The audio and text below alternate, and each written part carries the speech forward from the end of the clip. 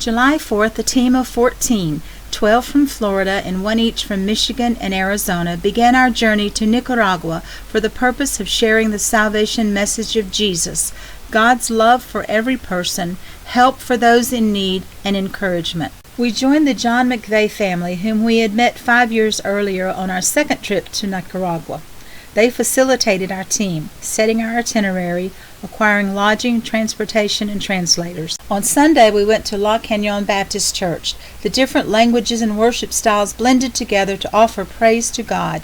Our group shared a message through drama, the word, testimony, and music. Here we reconnected with Eleazar. He lived in the orphanage across the street from the church when we visited in 2010. He has grown up into a young man who loves the Lord, and he served as a translator for our team this year. Los Popitos is a school for adults and children with special needs. This was the highlight of our trip in 2010, and we were happy to learn we would be returning. The students were very excited to see our team. When we arrived, they were waiting for us, sitting in chairs, faces turned towards the gate. Some could barely sit still, and some left their seats to greet us with hugs and big smiles. Hogar Agape, House of Love, is a Church of God orphanage housing 24 children ages 3 to 14. These children are placed here through social services. Most have been abused and have been declared orphans by the government. The current director is from Guatemala. He and his wife came to Nicaragua on their honeymoon, visited the orphanage, and fell in love with the children. He was a general practitioner who gave up his practice to become the director in 2011. Even though school was out for the summer, 65 students out of the 120 who attend the Amigos Berea School returned for time with us. We spent 2 days there sharing God's love with them. Everywhere we went, we shared music, teaching the accompanying motions.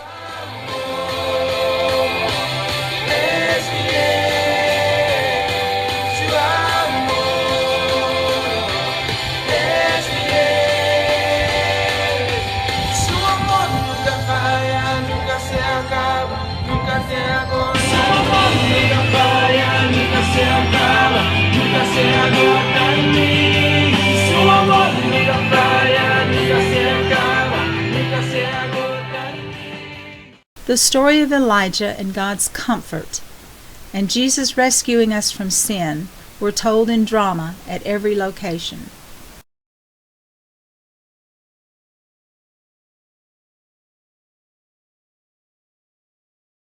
We took cloth backpacks to color as a craft. Some were colored on tables, some on floors, others on desks, still others on laps, and some even on the backs of team members. They were a success everywhere, and so were the games.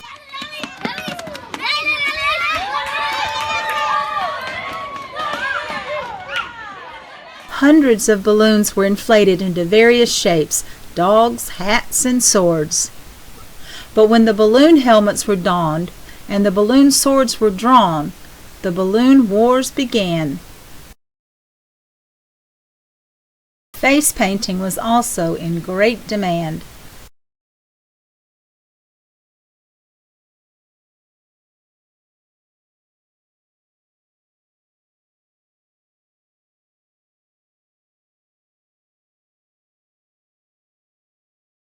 Sometimes the painter became the paintee. Personal touch was a great need for many of the children.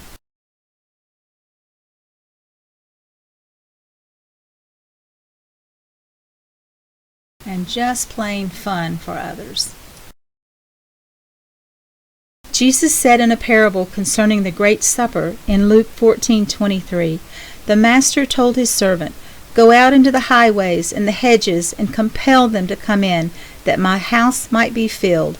And that's what we did, inviting all to come hear about Jesus."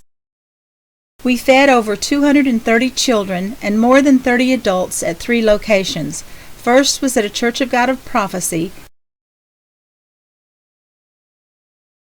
and the others were the La Churica Ninduri dump and the village next to it.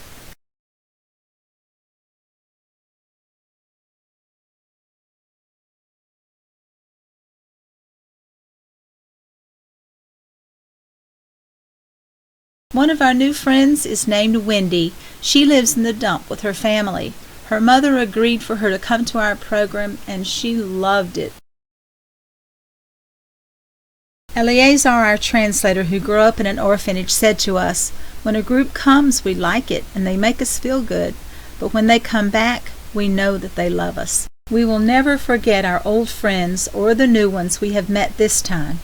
Matthew 25:40 states, "The king will reply, 'Whatever you did for one of the least of these, you did it for me.'" We thank God for allowing us to participate in His work in Nicaragua.